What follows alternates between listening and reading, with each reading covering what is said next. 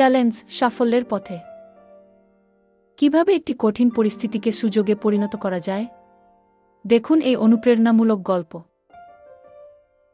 আরিফ একজন সহকারী মহাব্যবস্থাপক গভীর রাতে অফিসের ডেস্কে বসে আছেন।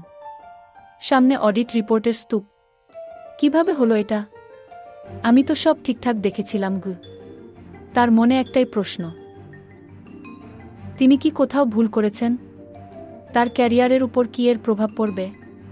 জানালার কাছে বৃষ্টির টুপটাপ শব্দ যেন তার মানসিক চাপ আরও বাড়িয়ে দিচ্ছে। পরের দিন অফিসে ম্যানেজমেন্টের চাপ। আরিফ দ্রুত সমস্যার মূল কারণ বের করতে হবে, সুপারভাইজারের করা নির্দেশ। আরিফ গভীর শ্বাস নিলেন, পুরনো সব রেকর্ড বের করলেন। তিনি সহজে হার মানবেন না, সত্যতা বের করবেনই। গভীর রাত পর্যন্ত কাজ, সিনিয়রদের পরামর্শ, রিপোর্টের প্রতিটি খুঁটিনাটি বিশ্লেষণ চলতে থাকল। এক সপ্তাহ পর আরিফের চোখে আলো। এটাই সমস্যার আসল কারণ। আমি পেয়ে গেছি একটি সিস্টেমের ত্রুটি যা এতদিন কারো নজরে আসেনি। তিনি দ্রুত রিপোর্ট তৈরি করে ম্যানেজমেন্টের কাছে উপস্থাপন করেন।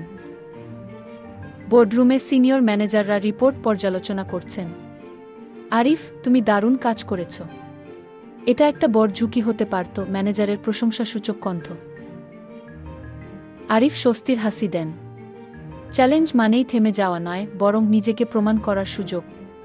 সততা ও ধৈর্য থাকলে সব সম্ভব। অফিস থেকে বেরিয়ে আসছেন আরিফ, আকাশের দিকে তাকান। কয়েকদিনের টানা বৃষ্টি শেষে আজ পরিষ্কার আকাশ।